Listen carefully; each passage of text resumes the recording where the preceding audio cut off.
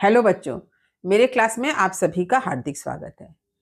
हम लोग कवि धूमिल जी द्वारा रचित कविता जिसका शीर्षक है धूमिल की अंतिम कविता को पढ़ रहे हैं।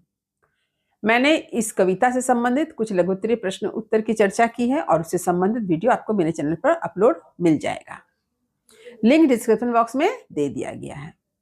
एक विशेष बात, जो बच्चे वेस्ट बंगाल काउंसिल के अंतर्गत क्लास 11 और 12 में पढ़ते हैं, जिनका फर्स्ट लैंग्वेज हिंदी है, उनके सिलेबस से संबंधित आपको वीडियो मेरे चैनल पर मिल जाएगा। मैंने क्लास 11 के बच्चों के लिए फर्स्ट सेमेस्टर और सेकंड सेमेस्टर के नाम से प्लेलिस्ट तैयार किया है। जो बच्चे क्लास 12 में पढ़ते हैं उनके लिए मैंने थर्ड सेमेस्टर और फोर्थ सेमेस्टर के नाम से प्लेलिस्ट तैयार कर दिया है। इसके साथ ही साथ जो बच्चे वेस्ट बंगाल बोर्ड के अंतर्गत क्लास 9 और 10 में पढ़ते हैं, जिनका फर्स्ट लैंग्वेज हिंदी है, उनके लिए भी प्लेलिस्ट तैयार कर दिया गया है, तो प्लेलिस्ट चेक करना ना भूलें। दीर्घ उत्तरीय प्रश्न उत्तर के श्रृंखला में आज मैं धूमिल की अंतिम कविता शीर्षक से संबंधित मूल भाव को लेकर उपस्थित हूं। तो चलिए आरंभ करते हैं। प्रश्न, कवि धूमिल जी की कविता धूमिल की अंतिम कविता का मूल भाव अपने शब्दों में लिखिए। उत्तर देखिए, कवि धूमिल जी द्वारा रचित धूमिल की अंतिम कविता या लोहे का स्वाद शीर्षक कविता कई दृष्टिकोण से एक महत्वपूर्ण कविता है। यह एक व्यंग प्रधान प्रतीकात्मक कविता है। इस कविता में लोहार शोषक वर्ग, घोड़ा शोषित वर्ग का प्रतीक है। इस कविता के माध्यम से एक ओर शोषितों पीड़ितों के प्रति गहरी संवेदना प्रकट है, वहीं दूसरी ओर पूंजीपतियों, सत्ताधारी नेताओं तथा अन्य प्रकार के शोषण चक्र चलाने वालों के प्रति आक्रोश व्यक्त किया गया है। कवि का कहना है कि कविता के शब्द अत्यंत महत्वपूर्ण होते हैं।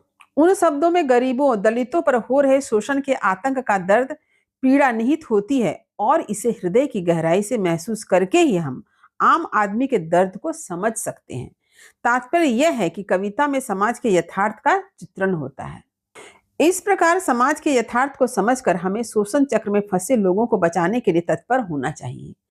कवि यह मानते हैं कि शोषण की पीड़ा का वास्तविक अनुभव वर्णन शोषित ही कर सकता है। यदि उनसे शोषण की पीड़ा के बारे में पूछा जाए तो वे ही असलियत बयान कर पाएंगे, क्योंकि उन्होंने शोषण के स्वाद को चखा है। कवि ने प्रतीक के माध्यम से समाज में चल रहे शोषण चक्र को बखूबी प्रस्तुत किया है।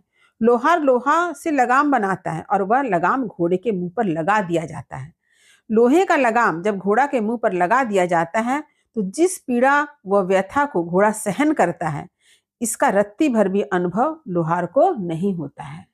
यहाँ पर लोहार शोषक वर्ग है, जो घोड़ा अर्थात आम जनता पर लगाम यानी तरह तरह के दमनकारी नीति अंकुश लगाकर आम जनता का शोषण करता है। जिस प्रकार घोड़ा असहाय होता है, वह लगाम खोलकर फेंक नहीं सकता है, इसी प्रकार की दयनीय स्थिति आम जनता की होती है। वह दमनकारी नीतियों में फंस जाता है और शोषक वर्ग उस पर तरह तरह से अत्याचार करता है। इस प्रकार कवि धूमिल जी ने विभिन्न प्रतीकों के माध्यम से समाज में व्याप्त शोषण चक्र व शोषितों की पीड़ा को उजागर किया है। तो ये है कविता का मूल भाव। तो उम्मीद करती हूँ कि ये सारी बातें आपने समझ ली होगी। यदि कहीं समझने में दिक्कत हुई हो तो कमेंट अवश्य करें, वीडियो को लाइक करें और सभी पढ़ने वाले विद्यार्थियों में शेयर करना ना भूलें। जो बच्चे मेरे चैनल पर नए हैं वे चैनल को सब्सक्राइब जरूर कर लें, ताकि हर नई वीडियो का नोटिफिकेशन आपको समय समय पर मिल सके।